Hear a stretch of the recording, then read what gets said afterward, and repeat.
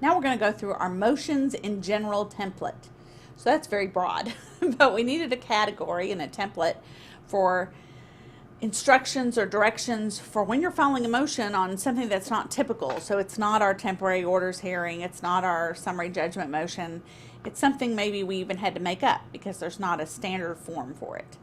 And we wanted to have some template that you could assign quick and easy to your staff or remind yourself of things you would still want to do with that motion practice.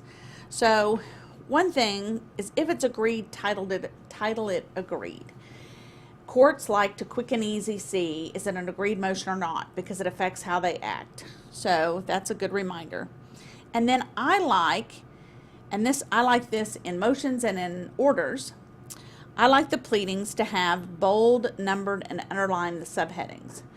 I just think it's easier to read it. I think it's easier for the court to read it. And if we're all referring to it and discussing it in court, it's easier if we can say, go to paragraph 3, than if we have to say, go to page 4, 3 lines down.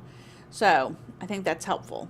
Also, sometimes we talk about them in a deposition. So in the deposition, they're saying, in your pleading, blah, blah, blah.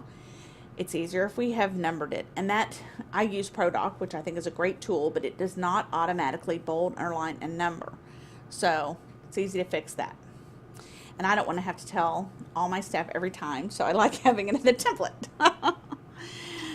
Okay, then check the local rules. This gives you a tip that to determine what your conferencing requirements are. And we just have brand new local rules in Collin County that have a much higher level of conferencing than we used to require.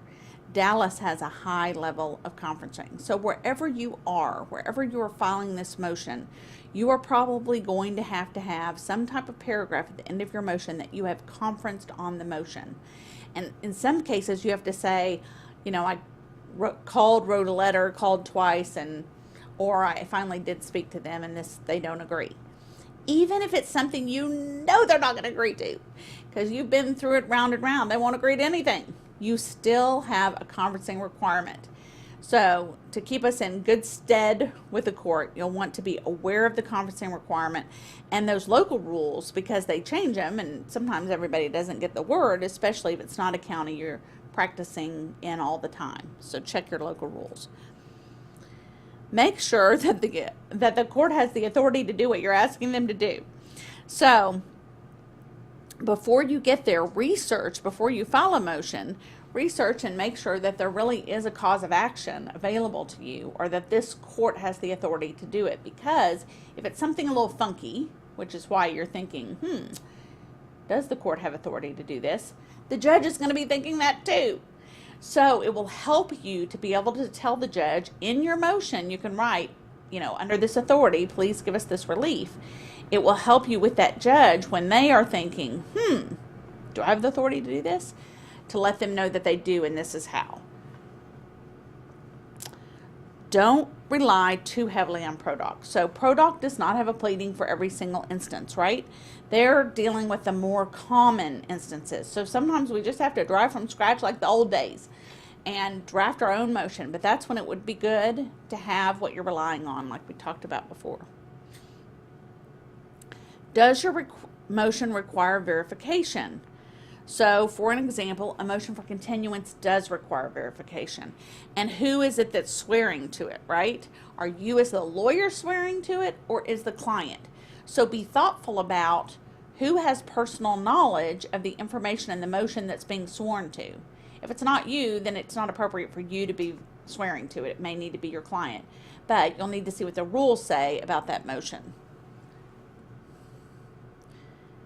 Be aware that some courts only hear certain types of motions on certain days. So, for example, some courts have their enforcement docket on Mondays, or every third Monday, and on Mondays and Wednesdays. So when you're trying to figure out when you're going to set it, the type of motion you're trying to set may be relevant.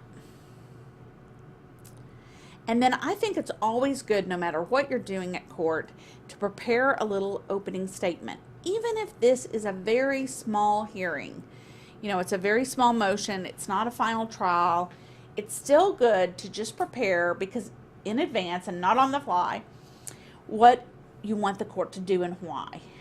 it helps you to synthesize what you're requesting in the court and your argument and why they should do it. So it helps you with your preparation to force yourself to write it down, and you're going to sound better because you're prepared. So I think that's a good practice to just make yourself do that. And I think, many of us have been orating a long time, so sometimes we think, oh, I can just say it. But if you take 10 minutes to write it down, it's going to sound better. And then always check with opposing counsel and get available dates before you set the motion. And the reason for this is not just because it's courteous, is it will avoid having to move that hearing date when they come back and say, I couldn't do it on that date and you didn't check with my calendar. And you can look at their vacation letter, but we all know the minute our vacation letters go out, the very next minute, something else happens on our calendar because they're just ever changing. So I wouldn't only rely on their vacation letter. If you can't reach them, that may be what you have to do. And at least rely upon that. And then you'll lessen your chance of having to move that hearing. And that is our general motion practice template, which you can add to for your own practice.